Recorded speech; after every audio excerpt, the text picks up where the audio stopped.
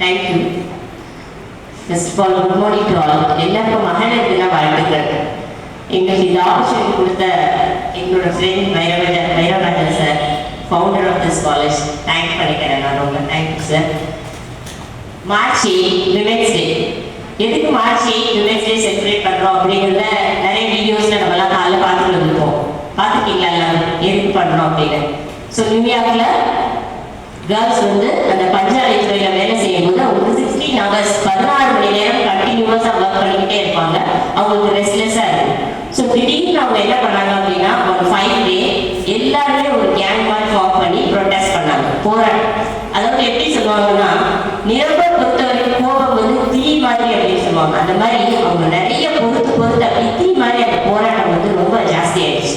சரி, அந்த போராட்டம் முடிஞ்சதுக்கு அப்புறமா அவங்களுக்கு வந்து ஒர்க்கிங் ஹவர்ஸ் கம்மியாயிடுச்சா அப்படின்னு ஒரு 2-3 years அதே மாதிரி போச்சு. அதுக்கப்புறம் கண்டினியூஸ் போராட்டத்துக்கு அப்புறம் தான் அவங்களுக்கு இந்த மாதிரி ஒர்க்கிங் ஹவர்ஸை 8 hours குறைக்கலாம் அப்படின்னு சொல்லி ஒரு கூட்டத்தில் அவங்க முடிவெடுக்கிறாங்க. ஸோ அந்த மாநாட்டோட முன்னோட்டம் தான் மார்ச் 8ஆம் தேதி அமைஞ்சிச்சு. ஸோ அதே விமென்ஸ் டேயா செலிப்ரேட் பண்றோம். ஸோ அதுதான் மார்ச் 8. ஸோ ஏன் 7 வைக்கலாம் 9 வைக்கலாம் அப்படின்னு யோசிக்க வேண்டாம். ஸோ அந்த டேட் தான் நமக்கு மார்ச் 8 அப்படின்னு விமென்ஸ் டே நம்ம செலிப்ரேட் பண்றோம். ஸோ விமென்ஸ் டே அப்படிங்கிறது என்ன அப்படின்னா, விமென்ஸ் வந்து தனியாக எங்கேயுமே போறதில்லை இல்லையா? இப்போ நம்ம நினைக்கிறோம் இங்க இருக்கிற லேடிஸ் எல்லாருமே ஒவ்வொரு விஷயத்துல ஒவ்வொரு ஃபீல்டில் அச்சீவ் பண்ணியிருக்காங்க அப்படின்னா அவங்க தனியாக அச்சீவ் பண்ணியிருக்காங்களா அப்படின்னா இல்லை. இப்போ மேடமோட ஹஸ்பண்ட் சொன்னாங்களா, அவங்க குழந்தைய அவங்களே படிக்க வைக்கிறேன்னு சொன்னாங்களா. அதுக்கப்புறம் மேடம் நிறைய கண்ட்ரீஸ்ல வந்து நிறைய படிச்சிருக்காங்க. இவங்க ஃபேஷன் டிசைனிங்ல நிறைய ஃபீல்டில் வந்து எக்ஸ்பர்ட்டா இருக்காங்க. அப்படின்னா நாங்கள் மட்டும் தனியா ஷைன் பண்றோமானா கிடையாது. நாங்கள் எங்கள் ஃபேமிலியும் கூட்டிகிட்டு போகிறோம், ஹஸ்பண்டையும் முன்னேற்றோம், குழந்தைங்களையும். ஸோ எந்த எல்லைக்கு போனாலும் விமென்ஸால ஃபேமிலியை கூட இருக்கவங்களையும் சேர்த்து கூட்டிகிட்டு போகிற பவர். ஸோ அதுதான் விமென்ஸ் ஸ்பெஷல்.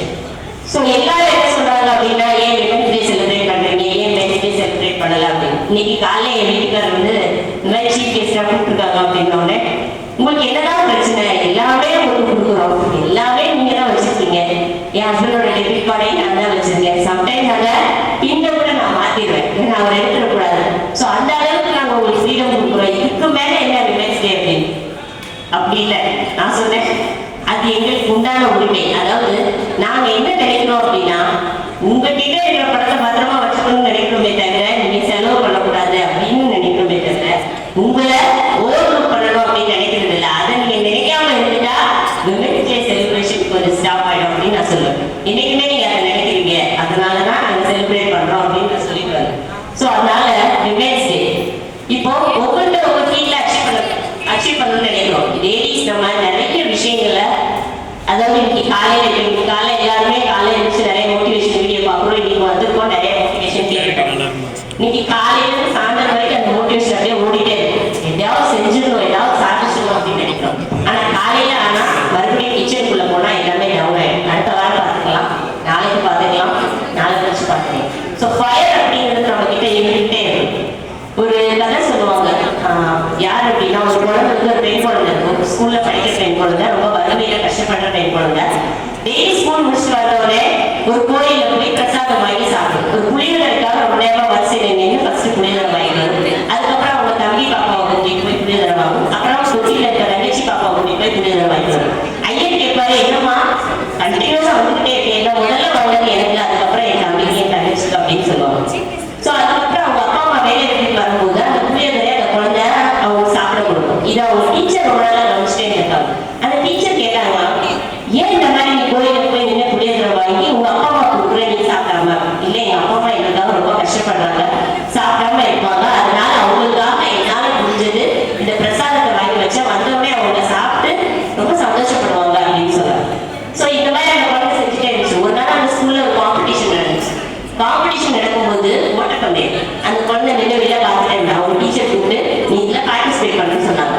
அவங்க பார்ட்டிசிபேட் பண்ண மாட்டேன்னு சொன்னாங்க. ஓடலாம் தெரியாது மேடம் அப்படின்னு. அவங்க டீச்சர் சொன்னாங்க, அந்த பக்கம் இருக்கிறது கோயின்னு நினைச்சுக்கோ, இந்த பக்கம் தொட்டில ஒரு தம்பி பட்டுருக்கான்னு நினைச்சுக்கோ. ஸோ புளியோதரை வாங்குறதுக்கு நீ ஓடு, உன்னால அந்த ப்ரைஸை அச்சீவ் பண்ண முடியும்னு சொன்னாங்க.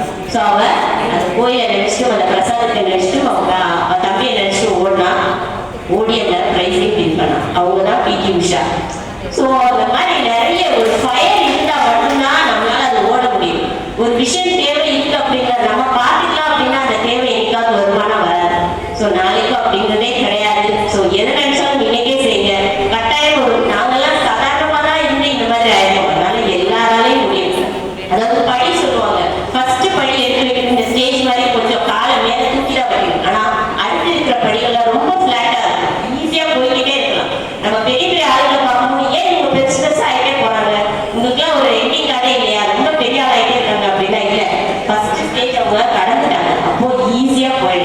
ஸோ அதே மாதிரி தான் நீங்கள் எல்லாருமே முதல் படியே கொஞ்சம் கஷ்டப்பட்டு வைங்க உங்கள் லைஃப்பில் எல்லாத்தையும் அச்சீவ் பண்ணலாம்.